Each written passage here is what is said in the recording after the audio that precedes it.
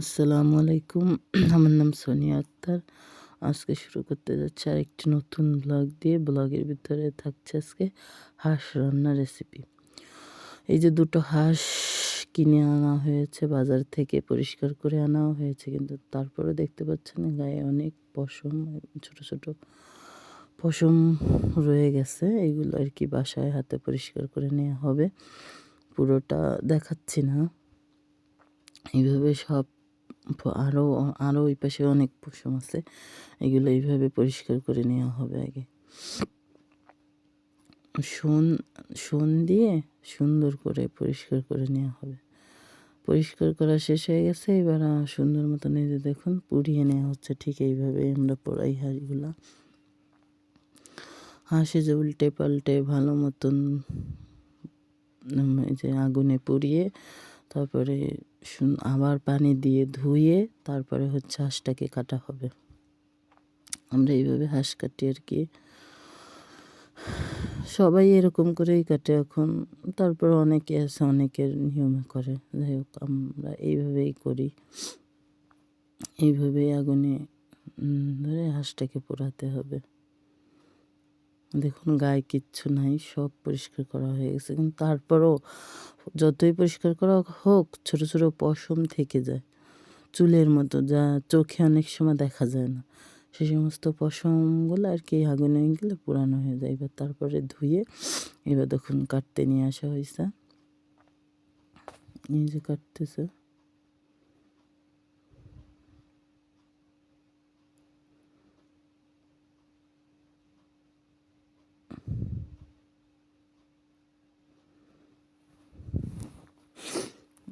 এখন হাঁসি দুইটাই কাটা হচ্ছে আর কি। আজকে দুইটাই রান্না হবে, আর সবজি রান্না হবে। দেখুন কেমন পরিষ্কার হয়েছে। এই যে কাটাকাটি প্রায় শেষ পর্যায়ে চলে আসলো।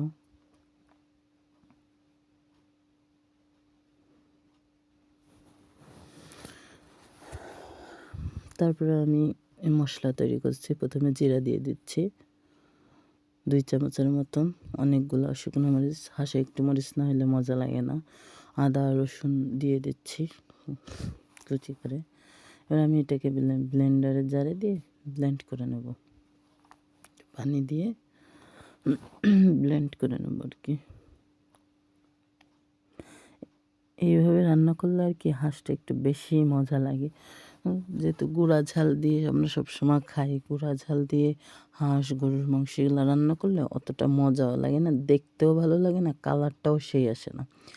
যদি আপনি এইভাবেই হাঁসের মাংস বলেন গরুর মাংস বলেন, এইভাবে মশলাটা যেদিনেরটা সেদিন, বিশেষ করে শুকনো ঝালটা যদি আপনি ব্লেন্ডারে করে তারপরে রান্না করতে পারেন, তাহলে আপনার তরকারির কালারটা অসাধারণ আসবে। এই যে আমি ব্লেন্ড করে নিচ্ছি।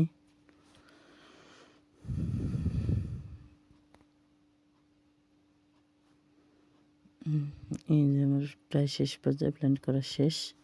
চলে আসলাম রান্নার কাজে। এই যে কড়াইতে তেল গরম করতে দিয়ে এই যে পেঁয়াজ কুচি দিয়ে দিচ্ছি। বেশ অনেকটা পরিমাণেই দিয়েছে, যেহেতু 2টা হাঁস তো 1 কাপের মতন। এই যে পেঁয়াজটা লাল কালার হয়ে এসছে।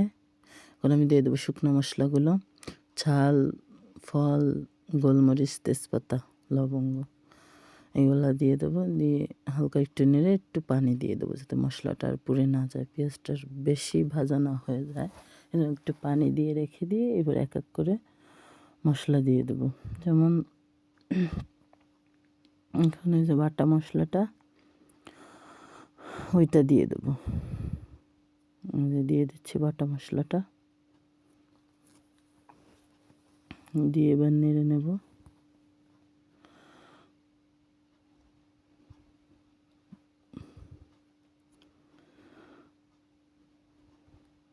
দিয়ে দিচ্ছি লবণ পরিমাণ মতো, 2 চামচের মতো দিয়েছি।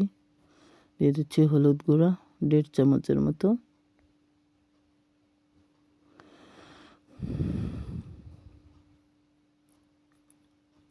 দিচ্ছি ধনিয়ার গুঁড়া 1 চা চামচের মতো।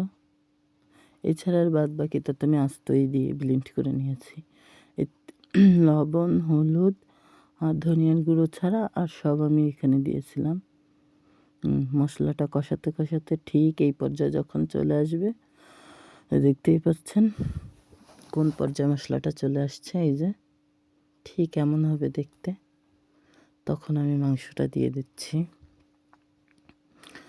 আসলে আমার ছেলেকে বলা হয়েছিল ক্যামেরাটা ধরো, সে আর কি দুষ্টুমি করে লম্বা করে ধরছে, যে কারণে এই শটটুকু এইভাবে হয়েছে। আপনারা ক্ষমার দৃষ্টিতে দেখেন, ছোট মানুষ ভুল করে ফেলছে, তো এই শটটুক না দিলে তো নয়, এই কারণে আমার দেওয়া লাগছে। যাই হোক, আমিও যেমন ক্ষমার দৃষ্টিতে দেখলাম, আপনারা একটু দেখেন, ছোট মানুষ ভুল করে ফেলছে। বারবার নাড়ানাড়ি করছিল।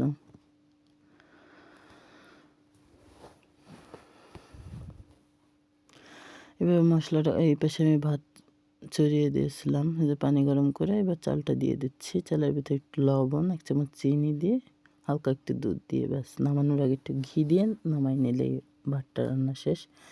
এদিকে আমি মাংসটা এই যে কষাই নিচ্ছি ভালো মতন। এখন হচ্ছে শুধু কষানোর পালা, ঢাকনা উঁচু করতে হবে আর কষাতে হবে। যত কষানো হবে তত মাংসটা ভালো লাগবে। এটা সবাই জানে যে হাঁসের মাংসটা প্রচুর কষাইতে হয়।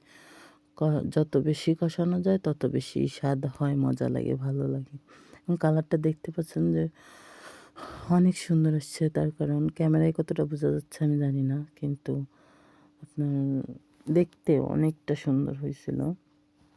শুধুমাত্র আমি মশলাগুলো, বিশেষ করে মরিচ, শুকনো মরিচটা পাউডার না দিয়ে আমি আস্তটা ব্লেন্ড করে দিয়েছি, শুধুমাত্র এই কারণে কালারটা এত সুন্দর আসছিল। এই যে দেখুন, কষাতে কষাতে এই পর্যায়ে চলে আসলো।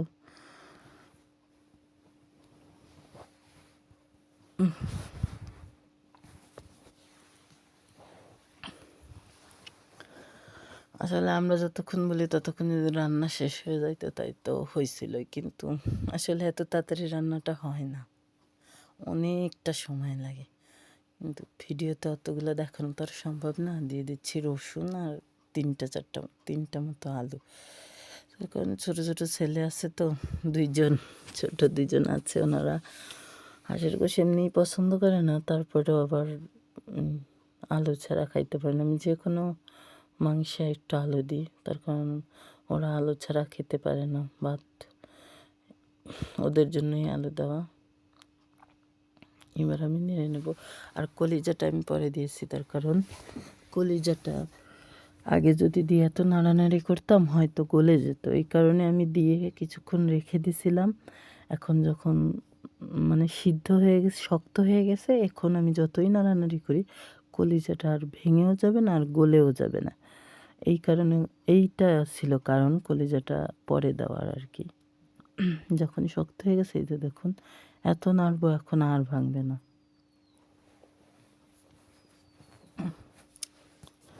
ঢাকনা দিয়ে ঢেকে দিলাম। তারপর আমি ঝোলের পানি দিয়ে দিচ্ছি ঢাকনা উঠায়। এই যে দেখুন, এইভাবে একটু বেশি পানি দিতে হয়, হাঁসের মাংসে একটু ঝোলও রাখতে হয়। যেহেতু ভুনা খেলে এক কথা, হাঁসের মাংস ভুনার থেকে আপনার হালকা একটু ঝোল হইলে, পাতলা ঝোল হইলে একটু বেশি মজা লাগে। আর বিশেষ করে সিয়াই পিঠা দিয়ে খেতে তো আরও বেশি মজা। এই যে দেখুন, আমি রান্নাঘরটা পরিষ্কার করে নিয়েছি। আসলে রান্না করার থেকে রান্নাঘর পরিষ্কার করা বা সব কিছু গুছায় রাখা, পরিষ্কার পরিচ্ছন্ন রাখাটাই বেশি কষ্টের আমার কাছে মনে হয়। এই যে দেখুন, এই পর্যায়ে চলে আসছে, কিন্তু এখনও হয়নি, আমি আরও একটু ঝোলটা নেব।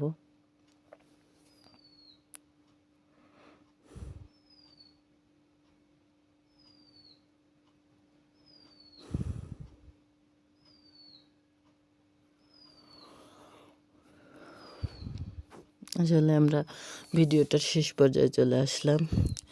এই যে আমার হাঁসের মাংস রান্না শেষ। সবাই ভালো থাকবেন, সুস্থ থাকবেন এবং আমাদের জন্য দোয়া করবেন। আমরা যেন আরও এরকম নতুন নতুন ভিডিও নিয়ে আপনাদের মাঝে আসতে পারি এবং ভুল ত্রুটি ক্ষমা দৃষ্টিতে আসলে এক একজনের কাজের ধরন এক এক রকম। আমি আর কি এইভাবেই রান্না করি, আর একজন অন্যরকমও রান্না করতে পারে, যার যার ইচ্ছা আর কি। যাই হোক, আমার রান্না শেষ পর্যায়ে চলে আসলাম। আমি এখন এটাকে পরিবেশন করব। প্রথমে আমার ছোট ছেলেকে দিয়ে দিচ্ছি। দেখুন, এই হচ্ছে তার খাবার, এই যে শাক রান্না, সালাদ রান্না, এই যে বাসমতি চালের ভাত। আল্লাহ হাফেজ।